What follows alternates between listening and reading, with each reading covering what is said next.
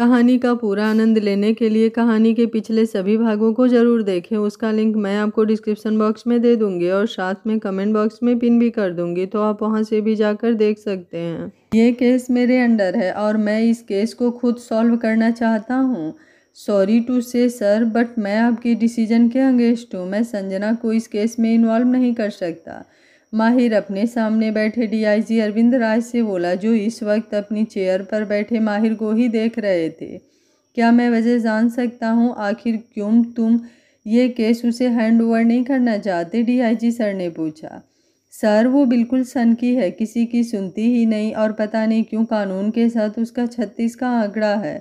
हर चीज़ अपनी मर्जी से करती है, यहाँ तक कि उसने निशा का स्टेटमेंट भी नहीं रिकॉर्ड करने दिया। माहिर ने एक एक बात उन्हें बता दी। उसकी बातों को सुनकर डीआईजी सर मुस्कुराने लगे। बिल्कुल सही कहा, सनकी है वो, हर चीज़ अपने तरीके से करती है, पर जो भी करती है बिल्कुल सही करती है। तुम्हारी इन्फॉर्मेशन के लिए बता दूं कि कानून के साथ उसका 36 का आंकड़ा नहीं है। वो बस कानून के पीछे इस वर्दी में छुपे उन लोगों से नफरत करती है जो चंद पैसों के लिए अपने फर्ज को बेच देते हैं। और तुम्हारी दूसरी बात, उसने निशा का स्टेटमेंट इसलिए रिकॉर्ड नहीं करने दिया क्योंकि वो प्रैक्टिकली और इमोशनली दोनों तरीके से सोचती है। तुम चाहो या ना चाहो, ये केस तुम्हें संजना को हैंड ओवर करना ही पड़ेगा। It's my order.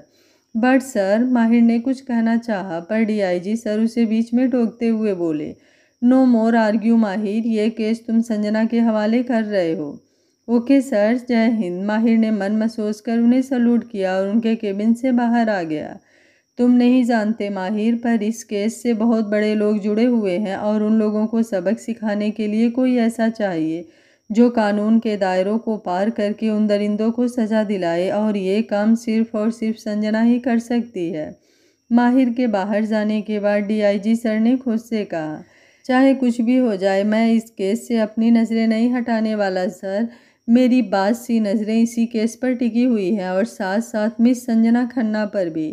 DIG sir के केबिन से बाहर आकर माहिर ने खुद से कहा और अपनी जीप में बैठकर निकल गया। संजना ने आज फिर से स्काई ब्लू कलर की सिंपल सी साड़ी पहनी हुई थी और किचन में रोटियां बना रही थी। तभी उसके फ़ोन पर किसी का कॉल आया। उसने कॉल रिसीव करके जैसे ही कुछ कहना चाहा तो दूसरी तरफ से आ रही आवाज़ को सुनकर उसके हाथ से छूटकर फ़ोन नीचे गिर गया।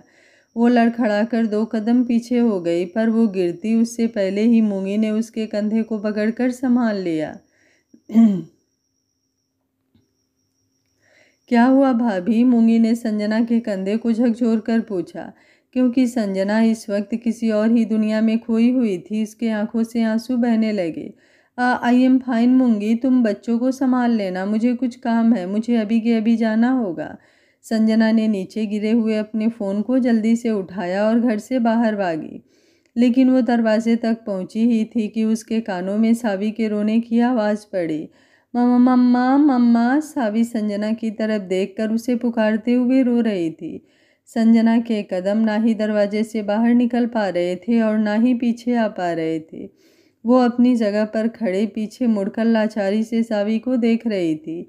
वो उसकी तरफ बढ़ती उससे पहले ही विवान ने आकर सावी को अपनी गोद में उठा लिया और उसे प्यार से पुचकारते हुए बोला, अरे मेरा बच्चा क्यों रो रहा है? देखो पापा आ गए।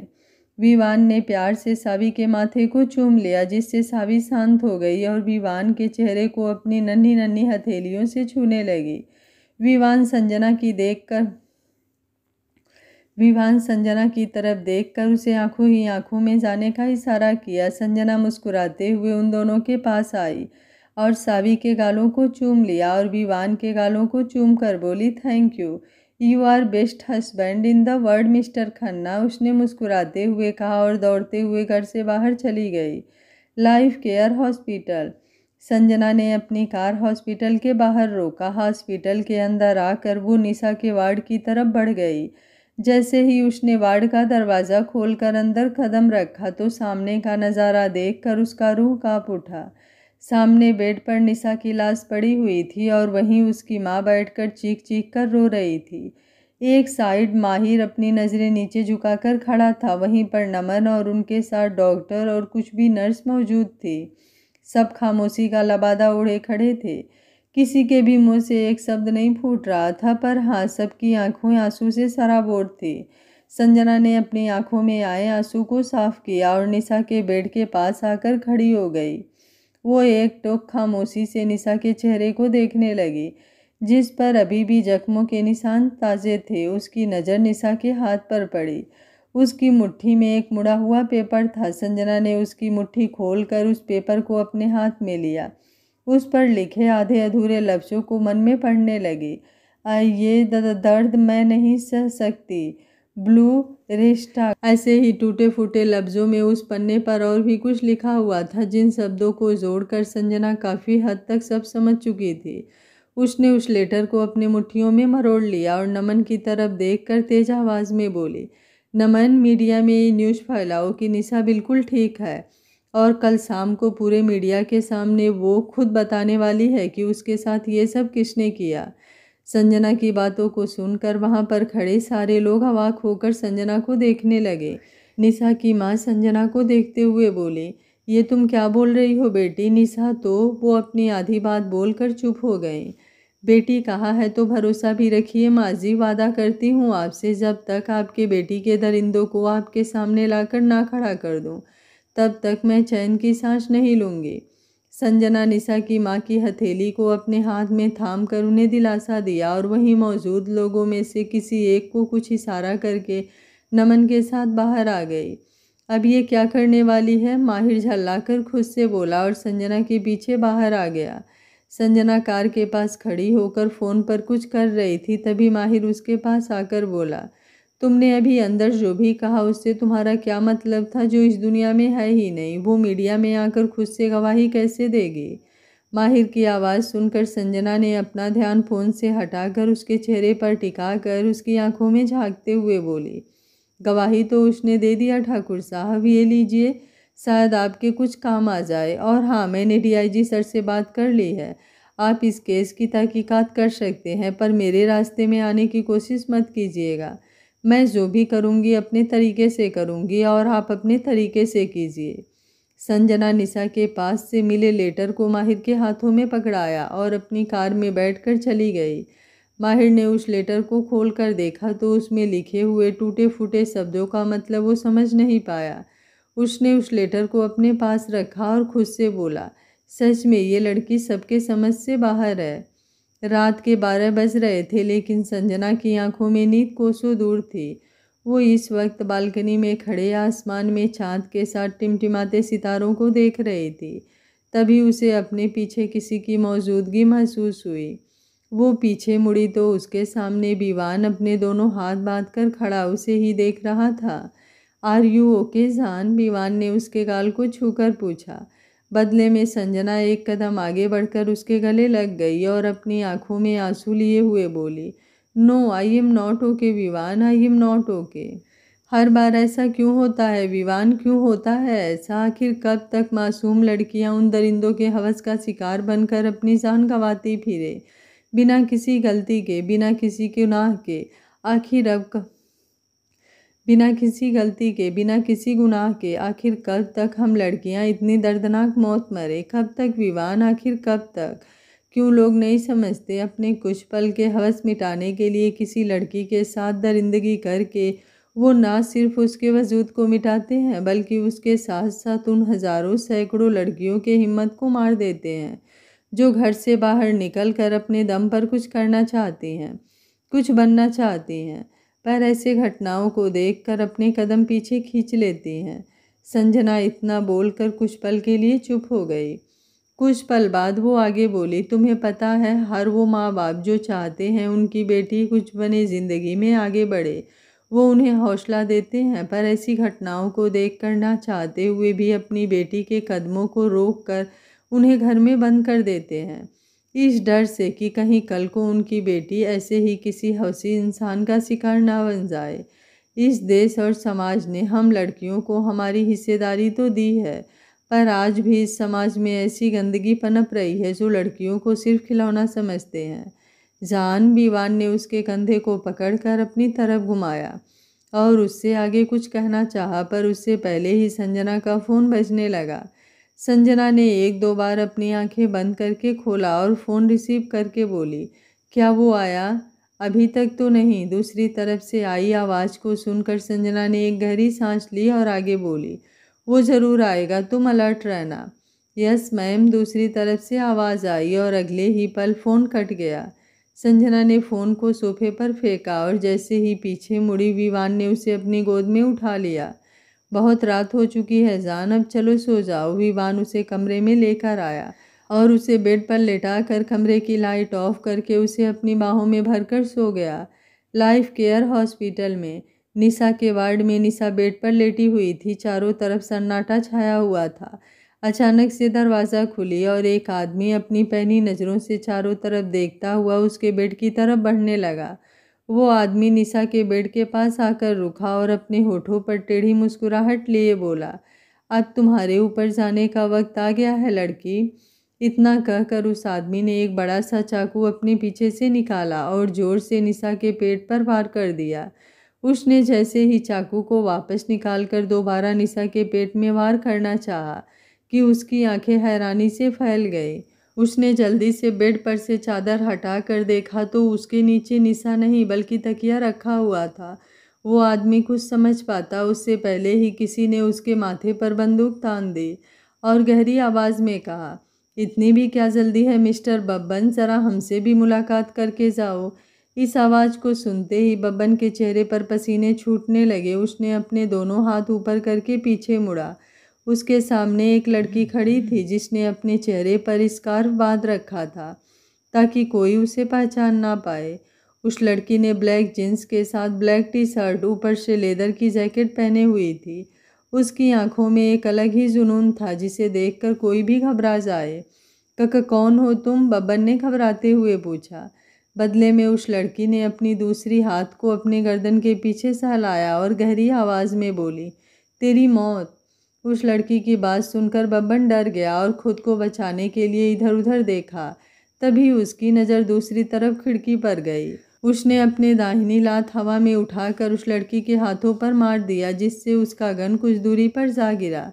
वो लड़की गुस्से से बब्बन की तरफ लपकी लेकिन उससे पहले ही बब्बन फुर्ती से खिड़की से नीचे छलांग लगा दिया।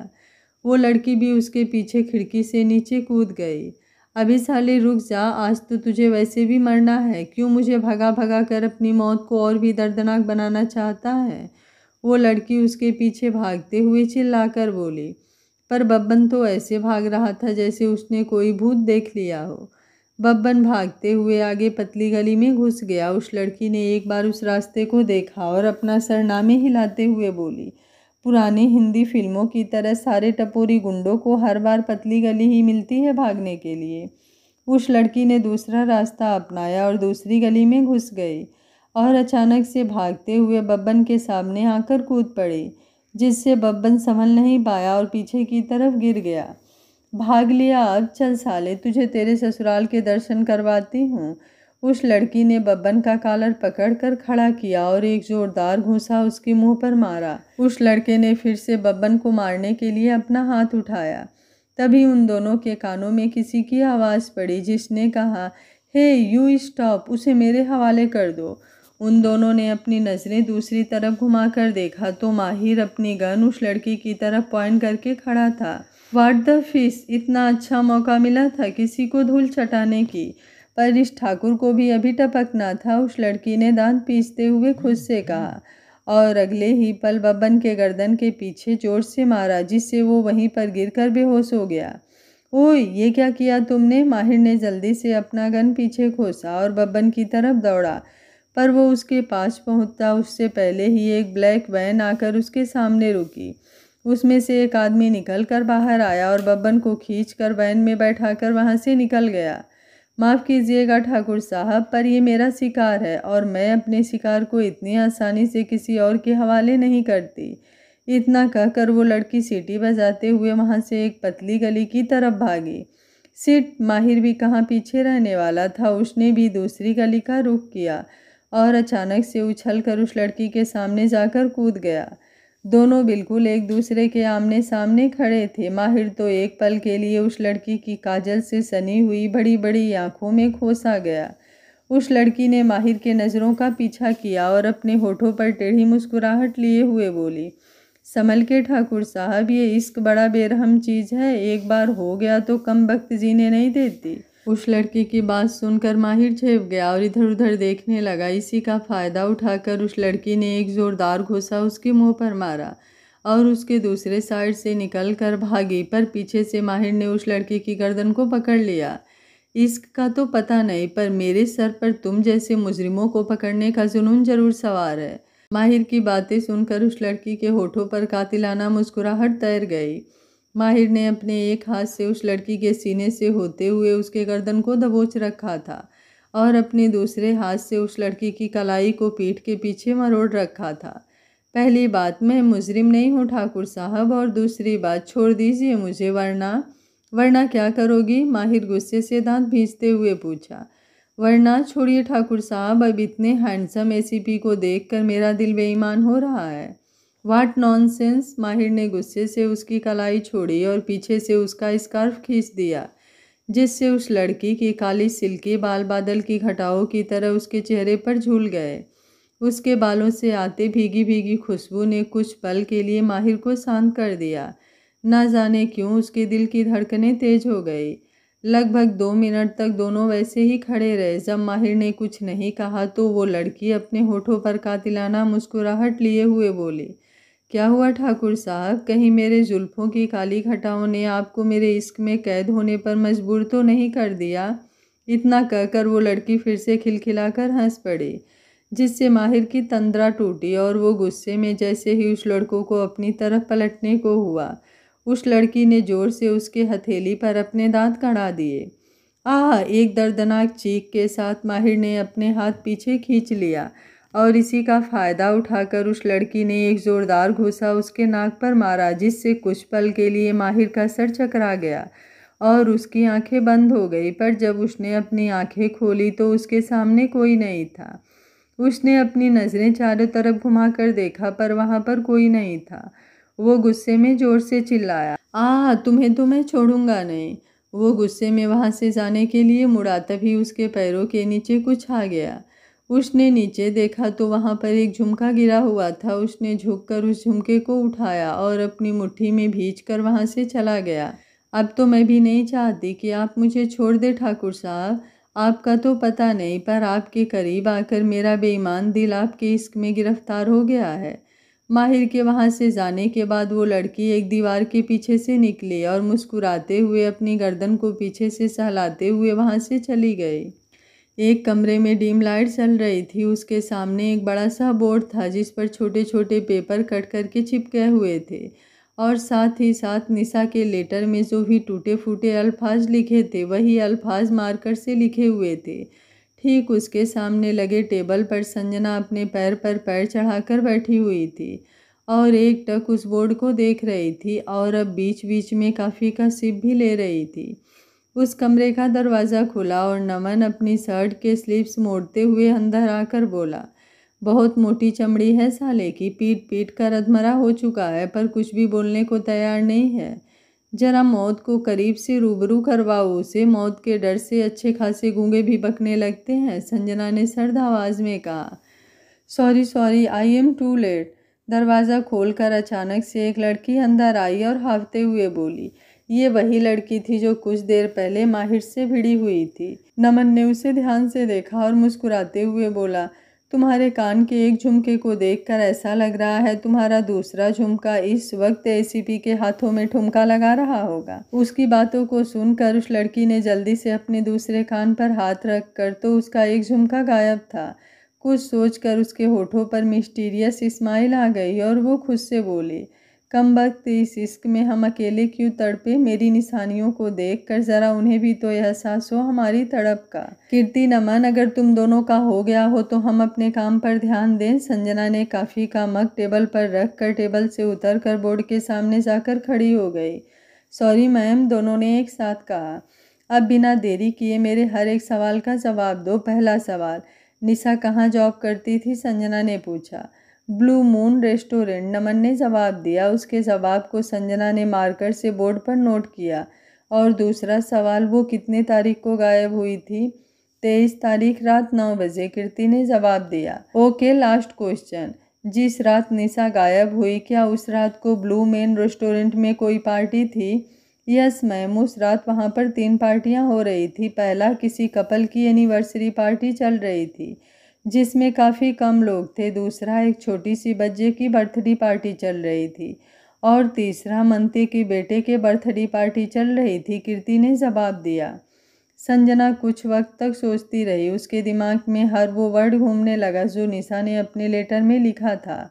बड़े आदमी, 3 लोग। संजना ने अपनी उंगली को अपने दिमाग पर मसलते हुए थोड़ी देर तक आंखें बंद करके कुछ सोचा और अचानक से उसके होठों पर तिरछी मुस्कुराहट तैर गई। उसने अपनी गर्दन टेढ़ी करके कीर्ति और नमन को देखकर कहा, उठाओ इस मंत्री के बेटे को और पता करो इसके सबसे 3 करीबी दोस्त कौन हैं। सॉरी टू से मैम, बट आई थिंक इस केस ने जिस तरह से पूरे शहर में हड़कंप मचा रखी है, उसके बाद तो मंत्री ने अपने बेटे को पूरी तरह से सेफ करने का बंदोबस्त कर दिया होगा। आई डोंट थिंक कि वो हमें इतनी आसानी से मिलेगा, कीर्ति ने अपनी आशंका जताई। यू आर राइट कीर्ति, अब तक तो मंत्री ने अपने बेटे को किसी बिल में छुपा दिया होगा, पर इसका पता तो उसके पास होगा। नमन, तुम उसके कॉल डिटेल से उसके 3 सबसे करीबी दोस्तों के बारे में पता करो। कीर्ति, तुम जरा इस मंत्री पे अच्छे से नज़र रखो, तब तक मैं बब्बन की खैरियत पूछकर आती हूँ। जी मैम, दोनों ने एक साथ कहा और वहाँ से निकल गए। अगली सुबह विवान अपनी आंखें मलते हुए उठा और अपने बगल में देखा, पर उसे संजना वहाँ दिखाई नहीं दी। संजना को वहाँ ना पाकर उसने अपना सर नामे हिलाया और खुद से बोला, मतलब मुझे सुलाकर खुद गायब हो गई थी। ओ गॉड, क्या करूँ मैं इस लड़की का। एक बार केस में उलझ जाती है तो इसे खुद का भी ध्यान नहीं रहता। क्या हुआ, सुबह सुबह किससे बातें कर रहे हो? संजना वॉशरूम से अपने गीले बालों को पोंछते हुए बाहर आई और मिरर के सामने खड़ी होकर उन्हें सुखाने लगी। जान कम, विवान ने अपना हाथ उसकी तरफ बढ़ाकर उसे अपने पास बुलाया। संजना ने टॉवल वहीं पास में रखा और उसके पास आकर बैठ गई। क्या हुआ, आर यू ओके? संजना ने उसके गाल को छूकर पूछा। मुझे सुलाकर फिर से गायब हो गई थी, विवान ने उसे घूरते हुए पूछा तो संजना सक पकाकर इधर उधर देखने लगी। वो मैं बहाना बनाते हुए वहाँ से उठने लगी, पर विवान ने उसकी कलाई पकड़कर अपने पास खींच लिया। नींद पूरी ना होने की वजह से आंखें लाल हो रही थी और चेहरे पर इतनी थकान दिख रही थी, पर फिर भी तुम्हें अपनी फिक्र नहीं है। अपनी ना सही कम से कम मेरे बारे में सोच लिया करो, जानती हो ना बिना तुम्हारे मैं कुछ नहीं हूँ। विवान उसके गालों को सहलाते हुए बोला और उसकी आंखों में झांकने लगा। संजना ने प्यार से उसके चेहरे को अपने हाथों में थामा और उसके होठों को लॉक कर दिया। थोड़ी देर बाद संजना वहाँ से उठने लगी, पर विवान ने करवट लेकर उसे अपने नीचे खींच लिया। वो उसकी आंखों में झांकते हुए बोला, आई थिंक तुम्हें अभी रेस्ट करने की ज़रूरत है। No Vivaan, I am fine, Sanjana ने उसे अपने पास से धक्का देते हुए कहा। लेकिन विवान ने उसके दोनों कलाई को पकड़कर बेड पर दबा दिया और उसकी आंखों में झांकते हुए बोला, पर मैं ठीक नहीं हूँ और अब शायद तुम भी नहीं रहने वाली। उसने अपनी आंखों में शरारत भरकर कहा और उसका इरादा भांपते हुए संजना उसकी बाहों से छूटने के लिए कसमसाने लगी। नो विवान, सुबह हो चुकी है, सावी कभी भी उठ सकती है, प्लीज़ सुनो, संजना ने रिक्वेस्ट करते हुए कहा। पर विवान कहाँ उसकी बातों को सुनने वाला था। उसने एक बार फिर उसकी बोलती बंद कर दी और अपना एक हाथ बढ़ाकर कमरे की सारी लाइट ऑफ कर दिया। इधर हॉस्पिटल में माहिर निशा के केस से रिलेटेड कुछ इन्फॉर्मेशन लेने के लिए आया था। वो कॉरिडोर से होते हुए डॉक्टर के केबिन की तरफ जा रहा था कि अचानक सामने से आ रही नर्स से टकरा गया। लेकिन वो नर्स नीचे गिरती उससे पहले ही उसने उसे कमर से पकड़कर अपनी बाहों में संभाल लिया।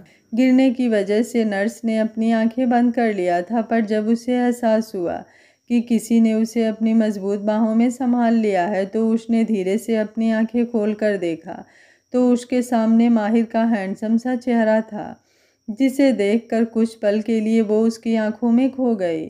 माहिर भी एकटक उसकी आंखों में देख रहा था। ना जाने क्यों, पर उसकी आंखें उसे कुछ जानी पहचानी सी लग रही थी। कुछ गिरने की आवाज़ से दोनों होश में आए। माहिर ने जल्दी से नर्स को ठीक से खड़ा किया और उसे ऊपर से नीचे तक देखते हुए बोला, सिस्टर आर यू ओके?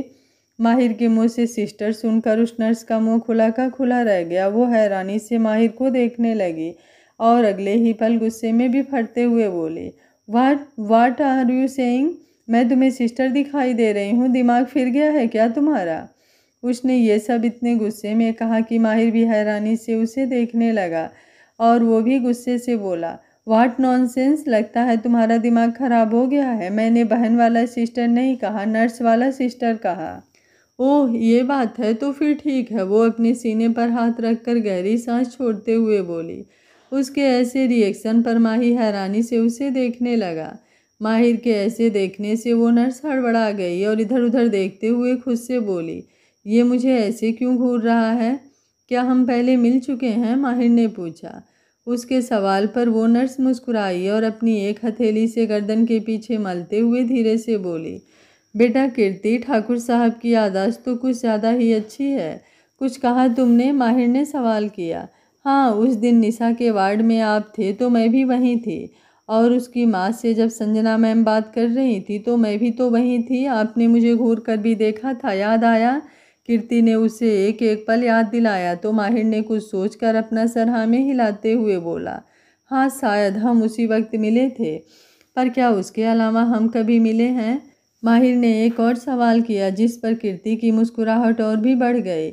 आपको क्या लगता है हम कहीं अकेले में मिले हैं क्या? उसने मुस्कुराते हुए पूछा और उसकी आंखों में नाच रही शरारत को देखकर अचानक से माहिर को रात वाली लड़की याद आ गई। उसकी याद आते ही माहिर को बहुत ज़्यादा गुस्सा आया और उसने कीर्ति को बिना जवाब दिए वहाँ से चला गया।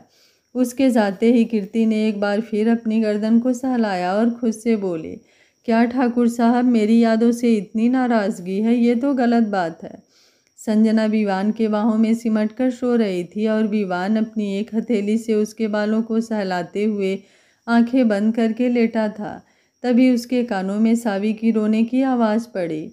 उसने संजना का सर आराम से तकिया पर रख कर उसके माथे को चूम कर उठ गया। उसने पहले कबर्ड से अपनी टी शर्ट निकाली और उसे पहनकर सावी को अपनी गोद में उठाकर प्यार से बोला, गुड मॉर्निंग माई प्रिंसेस। मम्मा मम्मा मम्मा, सावी रोते हुए संजना को पुकार रही थी।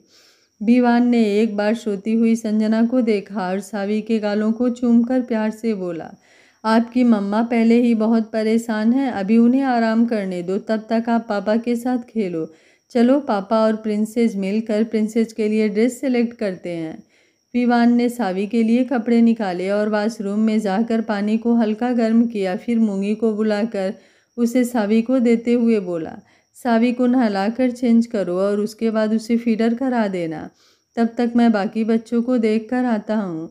जी साहब। मूंगी सावी को लेकर रूम में चली गई। विवान वहाँ से बाकी बच्चों के रूम में आ गया। गुड मॉर्निंग एवरीवन, क्या चल रहा है? विवान कमरे में आते ही बोला और विवान को वहाँ देखकर सब एक साथ जाकर विवान से लिपट कर बोले, गुड मॉर्निंग पापा। शाम के वक्त माहिर अपने घर की तरफ लौट रहा था, तभी उसकी नज़र बैक व्यू मिरर पर पड़ी और उसे एहसास हुआ कि उसके पीछे चल रही ब्लैक कार ना जाने कितनी देर से उसे फॉलो कर रही है। उस कार को देखते ही उसने अपने भौहें सिकुड़ाई। उसने कुछ सोचा और अपनी कार को एक सुनसान रास्ते की तरफ मोड़ दिया। वो अभी कुछ ही दूरी पर आया था कि अचानक से चारों तरफ से 5-6 काली कार ने आकर उस कार को घेर लिया। माहिर को समझते देर न लगी कि आगे उसके साथ क्या होने वाला है। उसने अपनी गन लोड की और उसे लेकर बाहर निकला। उन कार में से बहुत सारे गुंडे निकल कर खड़े हो गए। उसमें से एक गुंडा गुस्से में गुर्राते हुए बोला, क्यों बे एसीपी, खुद को ढेर साना समझता है? तुझे अपन के भाई ने पहले ही समझाया था, बंद कर दे इस केस को, पर तू तो कुछ ज़्यादा ही तेवर दिखा रहा है। लगता है तुझे यमलोक जाने की कुछ ज़्यादा ही जल्दी है। अभी चिरकुट, तुझे क्या लगता है मैं तेरी धमकियों से डर जाऊंगा? यमलोक जाने की जल्दी मुझे नहीं, तुम सबको है, इसलिए मेरा रास्ता रोक कर खड़े हो, माहिर ने कहा। अभी तो सिर्फ रास्ता रोका है, पर अब तो तेरी सांसें भी रोकेंगे, उनमें से एक गुंडा बोला और अपने हाथ में बड़ा सा चाकू लेकर उसकी तरफ बढ़ा। पर वो माहिर तक पहुंच पाता उससे पहले ही एक बुलेट आकर उसके खोपड़ी के आर पार हो गई और वो वहीं धीमे से नीचे गिर पड़ा। वो बुलेट जिस तरफ से चली थी सब उस दिशा में देखने लगे। वहाँ एक लड़की अपने चेहरे को स्कार्फ से बांधे खड़ी थी और उसके हाथ में गन थी। उस लड़की को देखकर माहिर की भौहें गुस्से से तन गई। वो लड़की उस गन को अपनी उंगलियों में फंसाकर गोल गोल घुमाते हुए उन सब की तरफ बढ़ते हुए बोली, क्यों बे चिरकुट की फौज, तुम सब की हिम्मत कैसे हुई मेरे माल को छूने की। माल, उसके मुंह से अपने लिए माल शब्द सुनकर माहिर को इतना गुस्सा आया कि उसका मन कर रहा था इन गुंडों से पहले उस लड़की यानी कीर्ति को ही शूट कर दे। आगे क्या होगा इस कहानी में जानने के लिए देखते रहिए कहानी का अगला भाग। अगर आपको कहानी अच्छी लग रही है तो वीडियो को लाइक, शेयर एंड चैनल को सब्सक्राइब कर लीजिएगा। Thank you for watching. मिलते हैं कहानी के अगले भाग में।